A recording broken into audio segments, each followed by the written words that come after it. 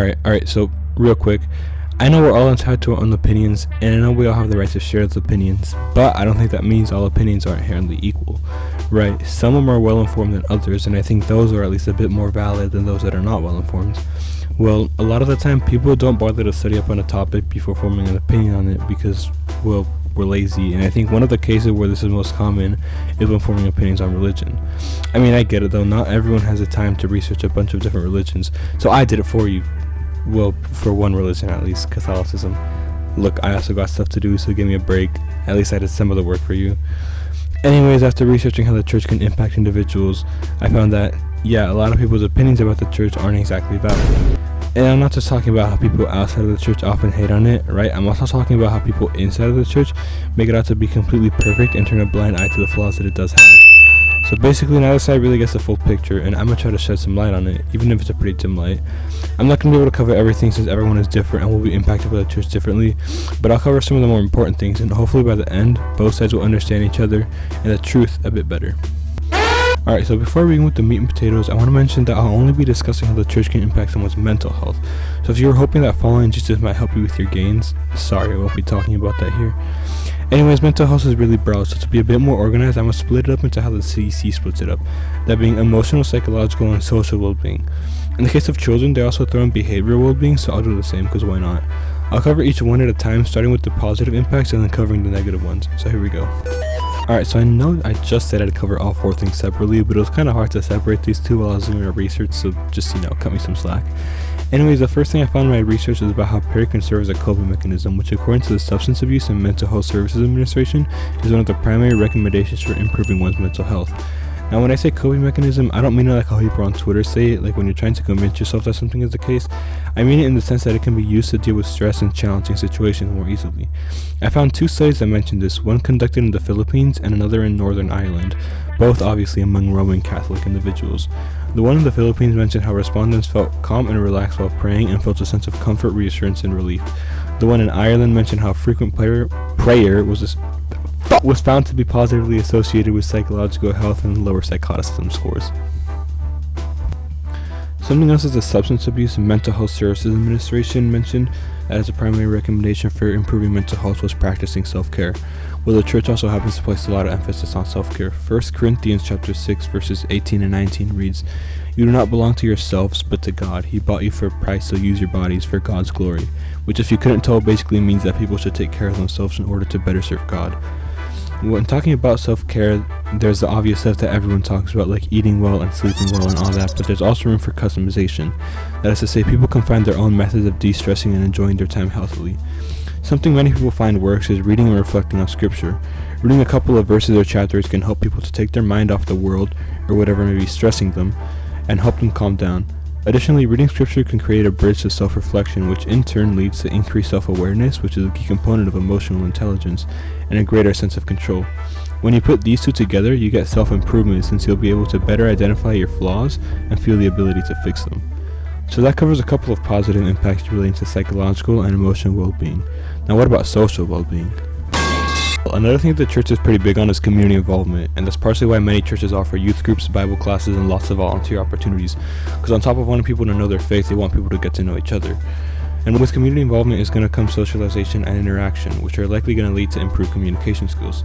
I can personally vouch for this one, even though, I still low-key suck at talking to people, but not as much as I used to, and I think that's partially because I get to talk to a lot of people at church. And also, community involvement is likely going to lead to forming new relationships, and wouldn't you know it, the Substance Abuse and Mental Health Services Administration says that a core part of mental health is building and developing healthy relationships. I can also personally vouch for this one, as I've made a lot of friends at church, and even the only person I ever dated I met through church. So, if you're looking for someone special, you might want to try going to church. So there's obvious stuff like the fact that if they properly practice what the church teaches, people should be more loving, caring, patient, understanding, and all that. This is all a byproduct of the main teaching of the church, that we should all love one another. But I think everyone already knows this, so I wanted to mention something else. Church also teaches people to healthily deal with hardship. Now there's a lot of ways people can go about this, but one thing that the church offers is inspiration and role models, particularly through biblical figures and saints. And I'm not sure why, but some people tend to think that these people who dedicated their lives to God had it easy, when it's actually the complete opposite a lot of the time. I mean, pick a random saint and read about their life. Chances are you'll find it pretty depressing, but that's exactly why it can be inspiring. The fact that they were able to push through such hardship and such varied kinds of hardship should help people see that they're not alone in their struggles. This is particularly relevant to the youth, since a good role model can sometimes influence a child or young person even more so than parents can. So those are some ways the church can positively impact mental health. Of course, these are not all the potential benefits. In fact, it's probably a pretty small portion, so don't think that you're only limited to these if you're part of the church. Anyways, now I'll be moving on to some potential negative impacts. And to my fellow Catholics who might think I'm secretly trying to criticize the church by bringing these up, I'm not. I'm just trying to recognize both sides, okay? So don't take me out back and shoot me, please. Alright, so something that being part of the church sometimes results in is individuals developing imposter syndrome, or basically feeling like you're not good enough. This comes as a result of the fact that we have pretty high expectations set out for us, right? Like, we gotta follow all these rules and we gotta memorize all this doctrine, and if you're not able to do everything perfectly, you might feel like there's something wrong with you. There's even this quote in the Bible that says, "You must be perfect as your Father in heaven is perfect." Now, there's some context to this quote that keeps it from being outright impossible to fulfill, but could you really blame someone for at least feeling a bit overwhelmed?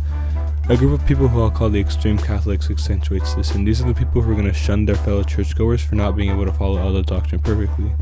The church doesn't encourage this kind of behavior, but just because it's unintended doesn't take away from the fact that it still exists. What the Sigma? On top of feeling like they're not good enough, Catholics sometimes also develop a feeling of exclusion. What's interesting about this is that they can feel excluded from the church and or the rest of society.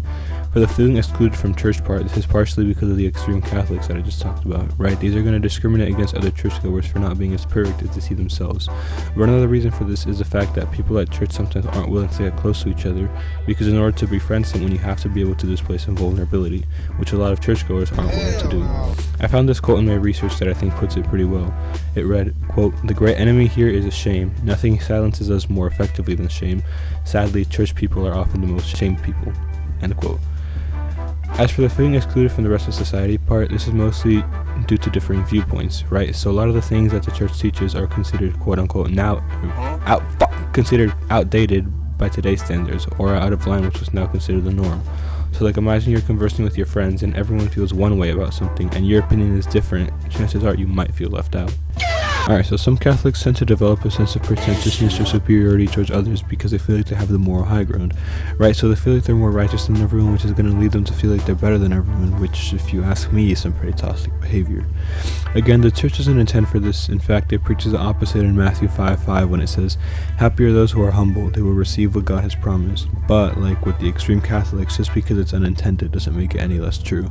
Alright, so those are some potential negative impacts the church can have on mental health. Like with the positive ones, these aren't all of them. I'm really only scratching the tip of the iceberg here.